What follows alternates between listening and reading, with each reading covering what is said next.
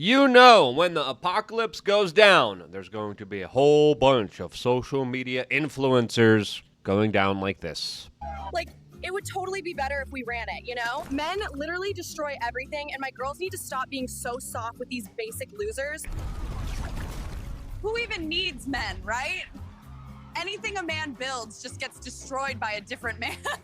Yeah, right? Nope. As of course, that's an AI fake rendered video, all of which is now kind of culminating in this kind of weird moment that we're living in right now where it's hard to discern facts from fiction. All of this as Donald Trump has been on a tear lately, and some of the things that he's doing I'm absolutely not believing because I don't want to fall for fake news, but some of the stuff he's doing is actually real. It's actually legitimate. Some of it I like, some of it I dislike, but it's fair to argue that he has been a political juggernaut on a tear recently as he has been making some major moves that we're going to be talking about in this particular video. So if you like these types of nuanced perspectives that don't just radically love and hate one side or another because of your political gang and affiliation, subscribe. Click the notification button as, of course, we have a lot of important news to get into. As, of course, we just had the last order at the U.S. Mint for pennies as Donald Trump announced that we're getting rid of them because it makes no economic sense at all, especially with, the devaluation of your dollar. We got some other things to say about this big, beautiful bill that's not going to be that favorable as well here. But another useless institution that Donald Trump is cutting off is, of course, Harvard University, as the news broke today that Donald Trump is going to be ending all federal contracts with this woke, liberal mind virus factory that truly is insane. I know, a couple people that actually go to some of the top universities, and they tell me, you have to pledge your kind of role in DEI, in diversity, in equity, in order to even get accepted. You need to write what you're going to do for diversity and equity, or what you have done for diversity and equity, in order to get into some of these top institutions. Again, Harvard, horrible institution. Jeffrey Epstein connected to a lot of the weird scientific studies he did, especially around population control. No one wants to talk about that. Jeffrey Epstein literally had offices at Harvard with all the young students mingling around. True story. That deserves to be investigated. Probably won't by this FBI that's going to be looking at other things. What the hell's going on with that either? Well, I'll get into that in a little bit here. But Donald Trump set to cancel all federal contracts with Harvard immediately, as he's also directing agencies to not consider Harvard for any future grants, as he just pulled $3 billion into what Nick Sorter calls the woke indoctrination camps. And I agree with him on that. As, of course, why is he doing this? Well, there's a number of reasons, but I think it's fair to argue that there have been some racial tensions, a lot of discrimination, a lot of harassment, specifically against white and Asians in a lot of these top universities that are denied access to these institutions because they were born white or Asian. And therefore, they needed to make the way for people who weren't qualified to be in there. As I would say, hey, that violates federal law, especially when it comes to not discriminating against people or being, racist. But that's not what Donald Trump is claiming here. He's claiming that he wants to bring, quote, anti-Semitism to its knees. Now, I would say, the priority number one would be the kind of woke leftist liberal ideology that is the main issue. But it seems like geopolitical affairs with a foreign country are a little bit more important, which is a little strange here, as the relationship between Donald and Bibi have been strained recently. We have an update because they recently got on the phone recently, and things got very spicy between Bibi and Donald Trump. We're going to tell you those reports in a little bit here. But we're talking about a major move right now that clearly is upending one of the biggest frauds in our country. I mean, if you look at kind of the modern institution of learning, a lot of it is pointless also now because of AI. But more importantly, when you look at just how corrupted a lot of these universities are, just how decrepit, just how wildly insane of liberal woke policies. It's clear. It's a hijacked institution. It's an institution that has been weaponized against Western civilization, against the current political orthodoxies that now are in power. And, whether the reason is what I want it to be or not, I think still overall this is a step in the right direction. As we also found out, Trump just decided to halt all student visas, as the Trump administration ordered U.S. embassies to halt all U.S. student visa applications, as the president wants to crack down on America's higher education business. Now, this, of course, is something that the Daily Mail is reporting is going to be a $44 billion business. But again, to have these people investigated for their social medias in order to be allowed into the United States is interesting, because the few examples that we have so far is that the few limited resources that ICE has, they're being sent to monitor the political thoughts and expressions of people who are here legally through the proper paperwork and through the proper process. I would say that's a little bit of just a waste of resources, to be quite honest with you, personally speaking here. As, of course, now we also have Trump's big and beautiful bill, which looking at, it looks like the members of the House and Senate have absolutely destroyed. We'll tell you how in just a little bit. Before we do that and tell you about BB and the Putin call and the conversations that are unfolding right now in very crazy ways, we wanted to tell you about thebestpoliticalshirts.com, where you could get the shirt that I'm wearing right now that says, "Don't eat that," with a very disappointed RFK Jr. looking at you. All you have to do is go to thebestpoliticalshirts.com and type in RFK, click search, bada bing, bada boom. You get the shirt that pops up right here for you. You get to buy it. We also have women's shirts, tank tops, you name it, we got it. And I was just recently wearing this one at the airport, which I had some interesting discussions with. We decided to, of course, double down. The South African president came out just a couple moments ago and said, no, when we say we want to take the life of the Boer, we don't really mean it. And we said, you know what? Boer lives matter. Boer is a reference to South Africans that are being discriminated against also by woke liberal communistic policies in South Africa, as that country is being plunged into an outright just disaster. We got a lot of shirts that say things like Slavic Lives Matter. Where's the Epstein list? I think that's a good one. That's a good one. We got some microplastic and seed oil free blank. If you want to know what blank means, go to thebestpoliticalshirts.com. We got some great ones. We got some bangers. And it's truly a way for you guys to be able to express yourselves without any kind of concerns, without any kind of fears. Life is short. Live it to the fullest and express yourself. Be able to say, you know what, this is who I am. This is the ideas that I represent. And you start to really live a more free, awesome, incredible life when you do that, and you get to meet like-minded individuals. I can't recommend it enough. Thebestpoliticalshirts.com. Now, let's get into the big, beautiful bill, as we have U.S. Senator Rand Paul coming out on Fox News saying this about it.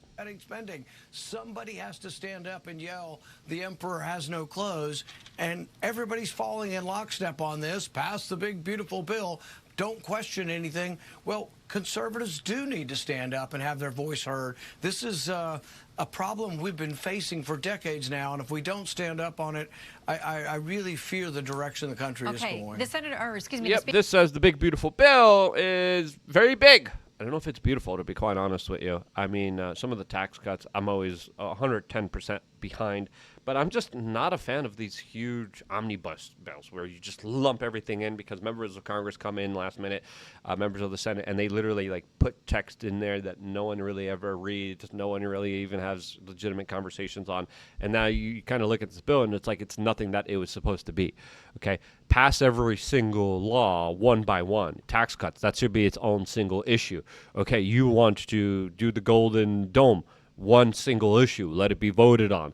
Why do we have to package all of these things together and then have all these corrupted special interest groups and lobbyists and politicians that have sold us out coming in there last minute and then sneaking in all this nonsense in there that doesn't benefit us at all? I just don't get it. I don't understand it. And to me, this is something that I would just critique Donald Trump on a little bit. Today, we also found out that NPR is suing Donald Trump as he signed an executive order that would end all federal funding for PBS. Good. Another woke leftist, just deranged institution that clearly has been just an empty, rotted shell of its former self. As previously, when they talk about nature, when they talk about science, it was fascinating. When they talk about things that are happening in other countries, it was fascinating. But now, just the overwhelming, liberal, democratic, woke push just really destroyed what was, I would say, once a very interesting radio station that I personally enjoyed listening to, especially when I was on the road. Will NPR be successful? No. They're not entitled to our funds and our money, my tax dollar money. And that's the thing here. Why do you think you're entitled to my money? I work very hard for my money. Why are we giving them my money? I don't want to give them my money. I got the IRS knocking down my door. I got the IRS coming at me, being like, "Yo, we're seizing your assets because we want our money." And then that money is get taken from me by force. Buy some shirts on thebestpoliticalshirts.com. And then you give it to NPR, and then you give it to Harvard with their endowments. I mean, how much money do they have already? And you want my money? Get out of here. Shoo. As right now, Donald Trump also has just issued a major threat against California, threatening to yank federal funding as they are instituting some woke policies, especially when it comes to sports that we can't talk about on YouTube. RFK Jr. also announced a major bombshell when it comes to a procedure for millions of Americans that finally he's taking the right steps towards addressing in an honest and real way. Another issue that we can't talk about here on YouTube. And very interestingly, Donald Trump also just sent a free speech squad to the UK to investigate the erosion of rights. As it's interesting to see the U.S. government go out and say, you know what? Hey, you guys can't just arrest people because they believe things that are right-wing. You can't arrest people because they express memes. You can't arrest people because they offended people. As there's grooming gangs out there that are just able to break the law, violate the law. As, of course, there's a two-tier double standard here. As it's fair to say, Donald Trump's second term in office has been a little bit more tumultuous than the first one, especially when it comes to some of the relationships that he has as things are getting a little bit heated with the UK. They're also getting very heated with Israel, as these two countries are seen as the kind of forefront biggest U.S. allies. And now we are at odds with each other over Ukraine, over Gaza, which Donald Trump has been doing his best in order to stop. And it looks like his efforts have fell on deaf ears. And sadly, they have not prevailed here, as we are finding out from the Times of Israel that the BB Trump call, specifically on Iran, was a, quote, heated disagreement between the two world leaders. You don't say so. As, of course, Israel came out and said, listen, United States, you're going to bomb Iran for us, and then you're going to protect us afterwards, okay? You're going to do that, right? Yeah. And Donald Trump said, why? Why would we be doing this? This doesn't make any sense. Like, I want to make business deals. I don't want to expand war. I don't want to have a full Sunni-Shiite clash of civilizations moment in the Middle East. Can we not? And BB's like, how dare you? How dare you not do what I want you to do? And it's fascinating to see this kind of relationship breakdown, as there's a lot of reports coming in saying that they are definitely at odds with each other, that they are definitely arguing, as they're saying that these bilateral meetings were, quote, quite candid and direct. As Donald Trump doesn't pull any punches. I mean, this guy, listen, some of the things he does, great. Some of the things he does, I don't think it's good. And we could have that conversation. And I think that's great that we could actually have an honest, real conversation in this country without either just fawning in love or fuming at the mouth with hatred over the man. I really do appreciate having more of a nuanced perspective on this. But overall, I think he's doing a way better job than any other president in our recent time that I have been alive. I cannot say it enough. The stuff he's doing against a lot of the very bad institutions that are trying to destroy Western civilization is absolutely critically important. This geopolitical stance is a very brave and a very bold one, since presidents that were Democrats, Republicans, all fell in line. But it doesn't look Donald Trump's like Donald Trump's fallen in line. Donald Trump said, hey, I want a ceasefire. The Israelis were like, best we could do is call up our reservists, and we're going to have one of the biggest wars we ever had yet. Donald Trump's like, what the hell, dude? That's not cool. Donald Trump's giving a speech in Saudi Arabia. And the Israels decided to bomb Gaza at that particular time here. So clearly, Donald Trump is messing with one of the biggest, most important lobbies in American politics. And it looks like he's firing people who, of course, go against his will and are more aligned with Israel than they are with the United States, like he did with Mike Waltz, that was transferred as his national security advisor to the United Nations after it came out that he was back-channeling with Bibi, as Bibi was doing his best to, of course, try to get Trump to bomb Iran, which he felt very kind of not happy about. This as another person that Donald Trump isn't getting along with is Vladimir Putin. As Donald Trump just posted this on Truth Social, saying what Vladimir Putin doesn't realize is that if it weren't for me, lots of really bad things would have happened to Russia, and I mean really bad. He's playing with fire. All of this as negotiations have, of course, not been the best. Peace talks have pretty much been stalled by assassination attempts, by people subverting it, by Putin bombing cities. As right now, Donald Trump even came out a few days ago and called Putin crazy. The Russians came back and said, that seems like a very, very emotional statement. As right now, at least what's happening is that there's a prisoner swamp. So right now, Ukrainian soldiers are being traded for Russian shoulders. That's at least some of the diplomacy that's being worked out here from some of the negotiations that are happening right now. So at least, listen, at least there's a prisoner exchange, a prisoner swap that is at least showing some forms of diplomacy. Otherwise, it's kind of a lost cause. It's kind of a lost effort, as it looks like the situation definitely will be escalating from here, as Donald Trump knocked $1 billion off of Russian stocks, according to the Daily Mail, after he called him crazy, as Donald Trump is now weighing the possibility of more sanctions against Russia, as he has threatened that before. Now, Trump kind of made it very clear to Putin, look, let's make some money. Let's work something out. Let's try to do something that will allow you to make a decision that allows you to back off from this war and allows you to have greater economic ties to Europe, to us, and then we will start making some good business here. And overwhelmingly, it looks like that has been rejected. Now, it has been rejected for multiple reasons. You know, trying to assassinate a man during peace negotiations isn't the smartest of deals to do here. As some people are saying, Alex Jones came out yesterday. He said, I don't think Vladimir Putin realizes, I don't think Donald Trump realizes that they try to assassinate Vladimir Putin, and that's why Vladimir Putin started bombing their cities.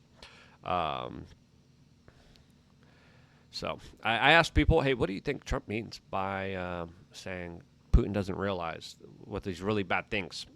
And he said, and a lot of people have a lot of interesting responses here, and he specifically, a lot of people are talking about how the neocons and the liberal hawks would have been directly bombing Moscow by now if Biden or Kamala had won. I don't know if that would be the case here, because that would essentially mean just World War III. That would mean probably nuclear weapons being used here. As right now, listen, but at the same time, the Germans just announced that they are going to be, of course, allowing long-range missile systems that they have, that they developed, to be used specifically against Moscow, against Russia. Now, this matters because it means these long-range systems are very complicated. They're very sophisticated. They usually use kind of advanced surveillance tech, satellite tech, to allow that. The Ukrainians can't do that on their own, which would mean right now the German government is directly going to be bombing Moscow. And that's how Moscow is going to see it. That's how Moscow kind of talked about it previously, saying, look, you guys want to use advanced long-range missile systems with American satellite systems that the Ukrainians have no possible. You want to give them these weapons, but you're not giving them these weapons. You're just using them as kind of this kind of symbolic figure as you carry out these strikes, as you carry out these actions and use all of your technological advancements and spy tech and satellite tech in order to specifically bomb the crap out of us. So it's you, but you're doing it by proxy because there's a Ukrainian guy standing by when you're doing all the bombing. Expect some major escalations. Expect things to get crazy and wild. Thebestpoliticalshorts.com. I love you guys. Stay tuned for more, all here on youtube.com/wearechange.